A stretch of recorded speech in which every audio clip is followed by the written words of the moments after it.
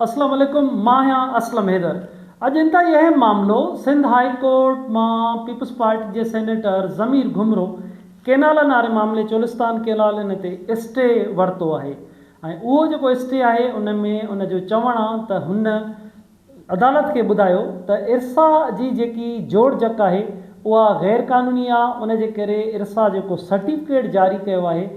पाणी दस्तियाबीअ जो ऐं चोलिस्तान केनाल ठाहियो वञे, केनाल पंजाब खे सर्टिफिकेट ॾिनो आहे त सिंध में पाणी दस्तियाबु आहे,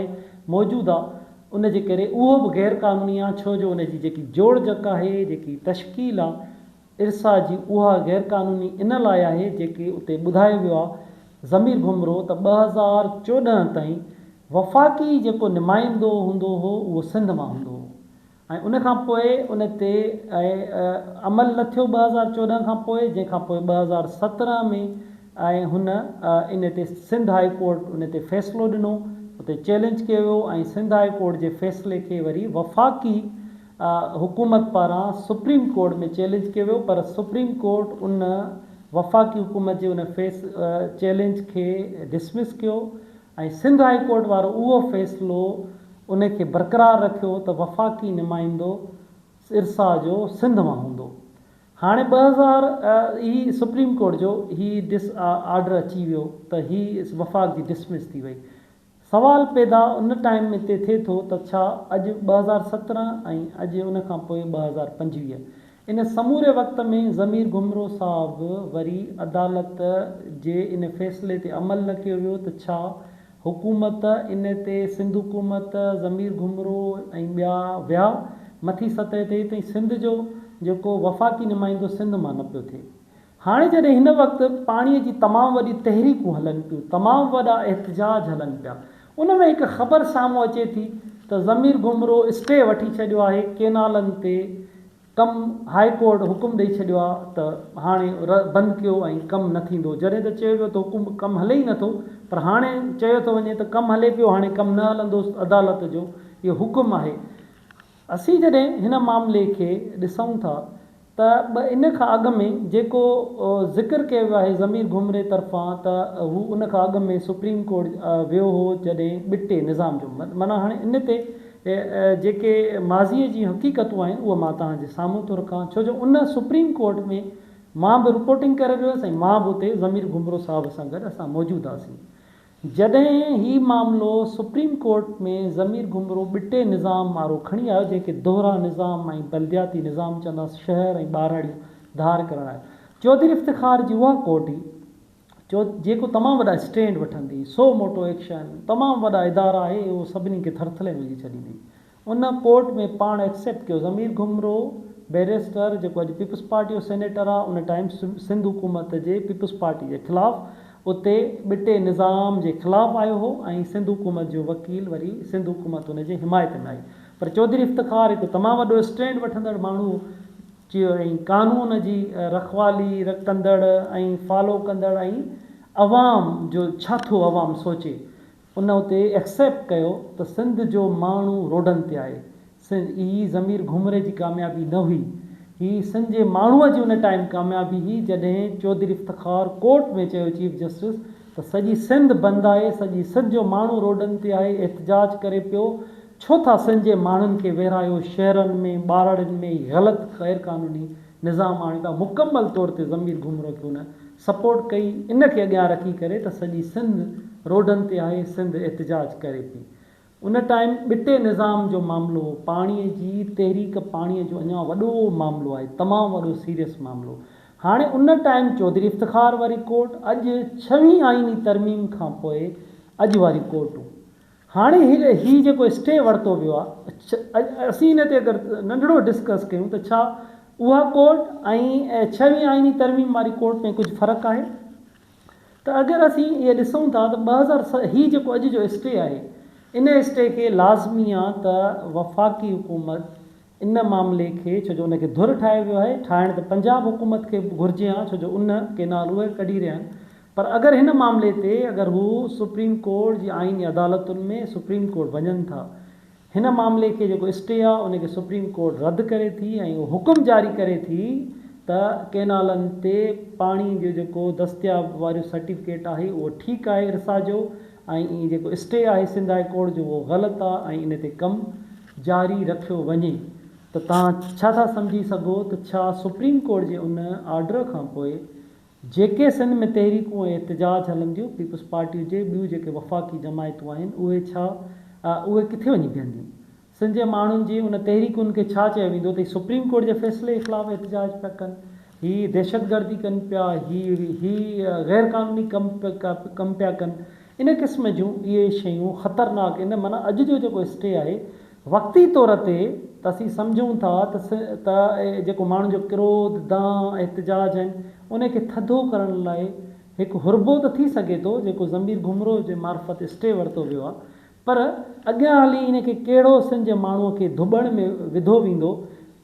सिधी मामला हुआ जॾहिं सिंध जो माण्हू रोडनि ते हो, सिंध जो माण्हू एहतजाज करे रहियो आहे, के बि दलील ॿुधण लाइ तयारु न हो हुकूमत जा, पर हुन वाज़े पियो कयो आम माण्हू कोन पर जमायतूं पर आम माण्हू बि चई रहियो आहे त असांजो वाज़े मुतालबो आहे त पीपल्स पार्टी खे असां वोट ॾियूं था। सिंध हुकूमत पीपल्स पार्टी जेकी सभिनी उहिदनि ते वेठल आहे, सदर खां वठी सेनेट ॿिया सभु सूबा बलोचिस्तान सिंध ऐं अहम उहिदनि ते, उहो फौरी तौर ते या आर्डर वापसि कराए रद्द कराए केनाल्स वारे ऐलान कराए त रद्द था कयूं वफ़ाक़ी हुकूमत करे, या पीपल्स पार्टी इन हुकूमत खां धार थी वञे। इंतिहाई अहम सिधा सवां सिंध जे माण्हूअ जा ई ॿ मुतालबा आहिनि, या धार थी वञो या हिन खे रद्द करायो केनालनि खे। हाणे उन मामले ते हीअ जेके मामला सिधा कोन था बीहनि, न हुकूमत सिधो बीहे थी, हाणे हिन मामले ते नवां नवां हुरबा इस्तेमालु थियनि था, कॾहिं कहिड़ो ॻाल्हि कहिड़े तरफ़ खणी थी वञे, कॾहिं का ॻाल्हि कॾहिं जलसनि में ॿियूं तकीरूं, पर सिंध जो माण्हू हिन ते क़बूल न पियो करे। अॼु हिन खे स्टे आंदो वियो आहे त हीअ स्टे आहे। हाणे हिन स्टे खां पोइ असीं जॾहिं हीअ मामला अञा अॻियां हली करे हीअ सिंध जे माण्हू में तमामु घणो हिन वक़्तु पाणीअ जो जेको इशू आहे उहो तमामु घणो इंतिहाई सीरियस आहे। हाणे हिन मामले ते जेको इंतिहाई अहम CCI फोरम आहे उते सिंध हुकूमत वियल बि आहे। हिकु तरफ़ अॼु स्टे वरितो वियो आहे, ॿिए तरफ़ सिंध हुकूमत CCI में वियल आहे त हिन मामले ते सर्टिफिकेट जेको इरसा जारी कयो पाणी दस्तियाबीअ जो उहो गैर क़ानूनी आहे, उन ते बहस मुबाहिसो कयो वञे। हाणे उहो बहस मुबाहिसो उहो जेको इंतिहाई अहम फोरम आहे उन में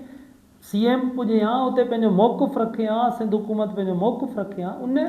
ओसि ताईं पुॼण ई न ॾिनो वियो आहे मामिलो। हाणे CCI खे उहो उते मामिलो रहिजी वियो, उते सिंध हुकूमत CM जी जेकी हिते एप्लीकेशन वई उन चयो त इजलास घुराए, उहो उते मामिलो रहियो। SIFC हिकिड़ो वॾो फोरम जंहिंमें CM वेठल आहे, वॾी क़यादतूं वेठल आहिनि आला अस्करी, उते ही मामिलो खणणु आहे, उते बि न खयो वियो। हाणे मामिलो वञी हिते पहुतो अथव, असीं स्टे वठी छॾियो, हाणे असांजी ज़िमेवारियूं ख़तमु थियूं। जॾहिं त CCI फोरम हो जेके तमामु वॾा, माना हाणे सिंध जो माण्हू मुतालबो करे थो त ऐवान सदर में जेको इजलास थियो वरी अहिड़ो इजलास थिए ऐं उते सदर चवे त मूं का बि मंज़ूरी न ॾिनी आहे ऐं हिन खे वापसि वरी ऐलान प्रेशर ॾेई हुकूमत खां वापसि वरितो वञे ऐं रद्द कयो वञे। सिंध जो माण्हू इन हवाले सां मुतालबो करे रहियो आहे। हाणे मामिलो अचे थो त ज़मीर घुमरो साहब सेनेटर बैरिस्टर उहो थो चवे त हीअ जेको 2014 ताईं सिंध जो वफ़ाक़ी नुमाइंदो सिंध मां थींदो रहियो आहे ऐं न थियो। उन खां पोइ हुन चैलेंज कयो, 2017 में हुकुम मिली वियो त सिंध हाई कोर्ट इन खे हुकुम ॾिनो त सिंध जो नुमाइंदो रखियो वञे वफ़ाक़ी, ऐं पोइ इन खां पोइ वरी सुप्रीम कोर्ट बि इन खे कंटिन्यू रखियो। अगरि इन ॻाल्हि खे अॼु जी ॻाल्हि जेकी आहे त वफ़ाक़ी नुमाइंदो अगरि सिंध जो मां थिए बि थो, हिकु नुमाइंदो हिकु मेंबर सिंध जो मौजूदु आहे, वफ़ाक़ी नुमाइंदो बि मेंबर बि सिंध मां थिए, 2 थी विया, ऐं ॿिए तरफ़ सिंध ॿिए तरफ़ बलोचिस्तान KP ऐं पंजाब 3 मेंबर पोइ बि होॾे थियनि था ऐं 2 मेंबर हेॾा, पोइ बि अक्सरियत इरसा में हुननि जी थिए थी। छो बलोचिस्तान हुकूमत पीपल्स पार्टी वटि आहे, पर हिन भेरे जॾहिं दस्तियाबीअ जो पाणी जे मौजूदगीअ जो सर्टिफिकेट ॾिनो वियो इरसा त बलोचिस्तान बि हुकूमत उन जी हिमायत कई। बलोचिस्तान हुकूमत कंहिं वटि आहे उहा असां सभिनी खे ख़बर आहे, उहो कंहिंजे इशारे ते हलंदी आहे, कीअं ठहंदी आहे उहा बि असांखे ख़बर आहे। त हाणे ईंदड़ वरी वक़्त में चयो आहे त हीअ 3 नुमाइंदा त हुन तरफ़ आहिनि, पोइ बि इहे जेके वफ़ाक़ी नुमाइंदो थियण खां बि पोइ इरसा वरी अक्सरियत राय सां वरी फ़ैसिलो अची वेंदो त उहे सिंध जो माण्हू चवे थो त उहे कागज़ी फ़ैसिला, उहे कूड़ा फ़ैसिला जेके 7 करोड़ माण्हुनि जे ज़िंदगीअ सां मज़ाक़ कनि, उन जे ज़िंदगीअ जो सर्टिफिकेट जारी कनि, उन जे मौत जो परवानो जारी कनि, उनखे सिंध जो माण्हू क़बूल नथो करे। उन ते करे एहतजाज ऐं तहरीकूं हलनि थियूं। मुख़्तलिफ़ शयुनि खे क़ानूनी तौर ते मामलनि खे मुंझाइण जी कोशिशि कई थी वञे त हाणे ही मामिलो मथे वञे, पोइ वरी स्टे हुजे, पोइ उन खां पोइ सुप्रीम कोर्ट वरी इनखे कंटिन्यू रखे, सुप्रीम कोर्ट वरी इन स्टे जे ख़िलाफ़ु अगरि वञे थी त पोइ वरी चयो वञे त हाणे सुप्रीम कोर्ट जो ई फ़ैसिलो आहे। CCI मौजूदु हो, एकनिक मौजूदु हो ऐं ॿिया फोरम तमामु वॾा जेके नवां जोड़िया विया उहे मौजूदु आहे। उन बावजूद बि हिन क़िस्म जो जीअं चइजे त जंग खटी आहे, अॼु इन अंदाज़ में ॿुधायो असीं हे जंग खटे चुका आहियूं। हाणे हीउ शइ एॾो सवलो आहे,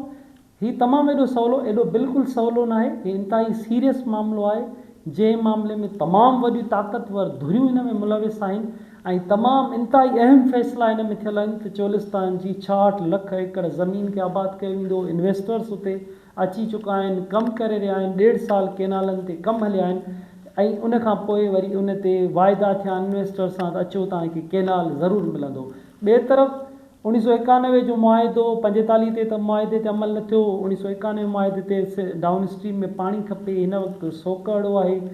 तमामु वॾो सिंध में पाणी आहे ई कोन, मौजूदु ई न आहे, बरसातूं बि न थियूं, डाउन स्ट्रीम तेज़ी सां मथे चढ़े पियो ऐं तमामु वॾी सिंध में तबाही अचे थी, ज़राअत तबाह, पीअण जो पाणी बि सिंध में न आहे। त छा इहो जेको हिकिड़ो नंढिड़ो मामूली मुंझारो पैदा करे थी स्टे वरितो वियो आहे, इन स्टे जी अॻियां हली कहिड़ी हैसियत रहंदी ऐं इन स्टे जा जेके ॿिया जेके फोरम हुआ माना उते बि हाणे न वञिजे, CCI ते बि कुझु न रहंदो, कुझु बि न रहंदो। हाणे वरी सुप्रीम कोर्ट इन ते ऑर्डर जारी कंदी त हीअ जेका सिंध जे माण्हूअ जी, मां तव्हांखे ॿुधायो त चौधरी इफ़्तिख़ार हिते क़बूल कयो त हीअ जेको सिंध जो माण्हू सरापा एहतजाज आहे। हाणे उन कोर्ट ऐं हाणे वारी कोर्टुनि में ज़मीन आसमान जो फ़र्क़ु आहे। सिंध जो माण्हू